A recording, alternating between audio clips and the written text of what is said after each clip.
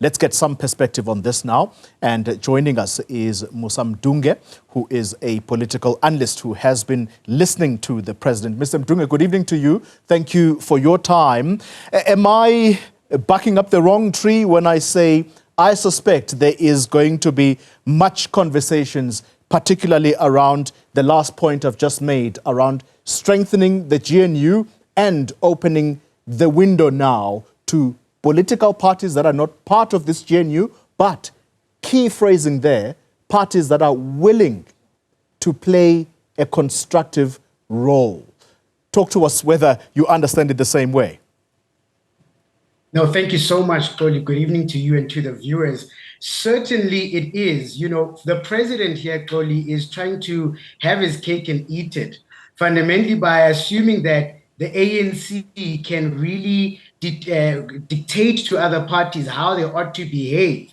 I think we're dealing with a party that still has a 60 percentile mentality when they're playing a 40% game.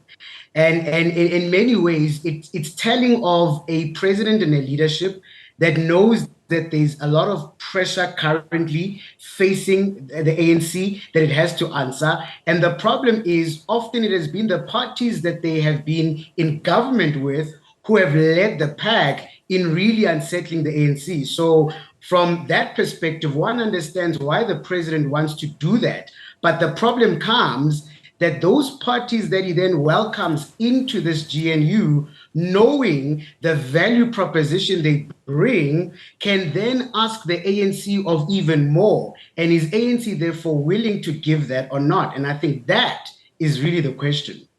Very quickly, still on the GNU, you can almost sense it from the tone and even at some point the pauses in between whilst he was talking about the GNU that indeed this GNU, despite the noise, the ANC NEC still agrees that it was the correct tactical move given the situation.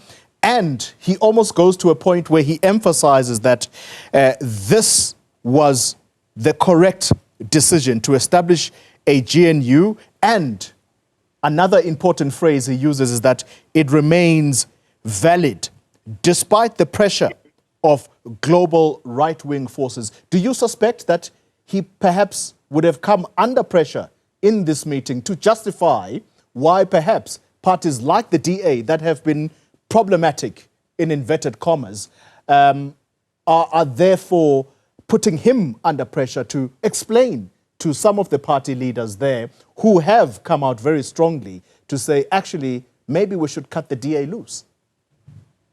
Certainly, he is a man who's under pressure to answer this question. Why is it that, given the fact for the majority of South Africa's post-1994 political story, where the chief, sort of nemesis for the African National Congress, being the Democratic Alliance, is really the party that the ANC felt most comfortable to build a rapport in a government with?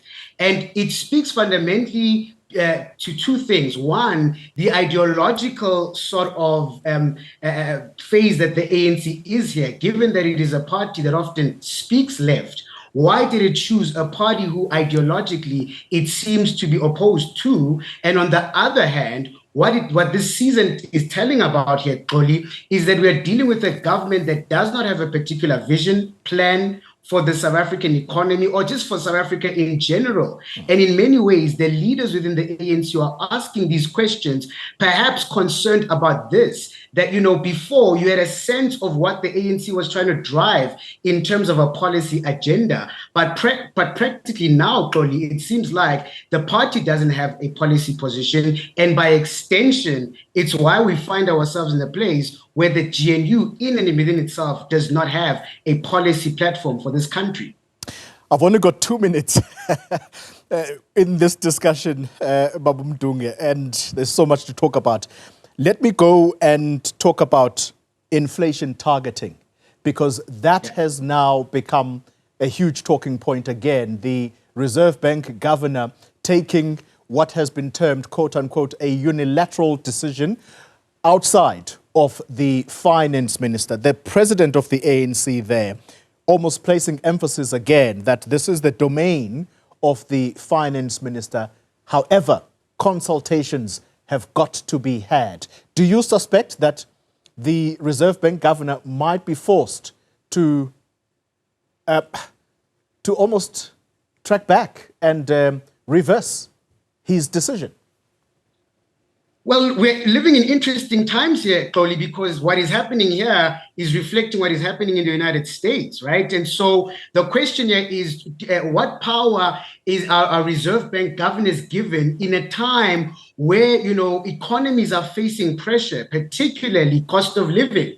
And so we know that the domain of inflation targeting really sits, yes, with the Reserve Bank governor. But of course, when he makes any decision or any decision is made by the Reserve Bank, it has to be done in consultation with the finance minister, because in many ways, fiscal policy and monetary policy ought to work hand in hand. And so the question, therefore, is that should the Reserve Bank continue to remain independent, or should government play a greater role? And what does that then say in terms of driving policy, particularly for monetary policy? Many may argue that the ANC's fixation on this issue is because of the pressure they face from the unions. Because if we were to remove this issue of inflation targeting, a higher level of inflation allows unions to ask a higher wage price. And so in many ways, we understand the agenda here, but the problem is, can the country afford such? And I don't think so at this stage.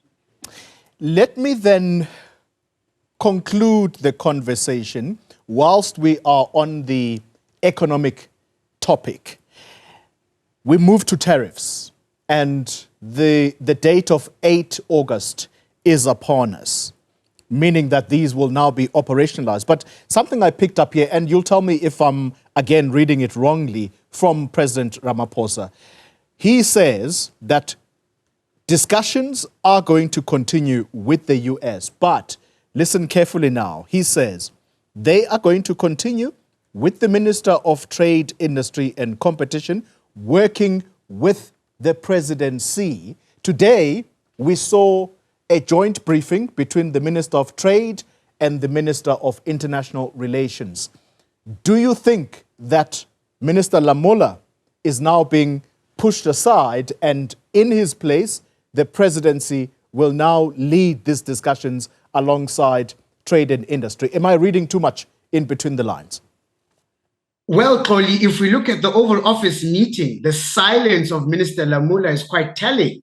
And perhaps we need to arc back there to see where DIRCO really lost control over both foreign policy and this issue around tariffs. So it's unsurprising to me that, the president has taken this decision, because in many ways, I think many people have been asking, where is DIRCO in this particular situation in driving, South Africa's response? Because the fact is this, Toli, we've known about Donald Trump coming back to power since last year. We knew this was going to happen. We knew his policy position. South Africa should have prepared beforehand, both in terms of how it deals with Donald Trump, but also in terms of finding new markets, ensuring that from our fiscal perspective, we're able to support the businesses that will be most affected by tariffs. This work wasn't done, and that's the problem here. Arcing back to that first question you asked me, the issue of the DA is really an issue of a government with no policy agenda, and it shows.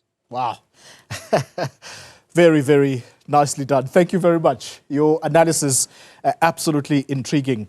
Musa Mdunge, a political analyst who has been listening with us to that closure of the ANC NEC meeting by the president of the party.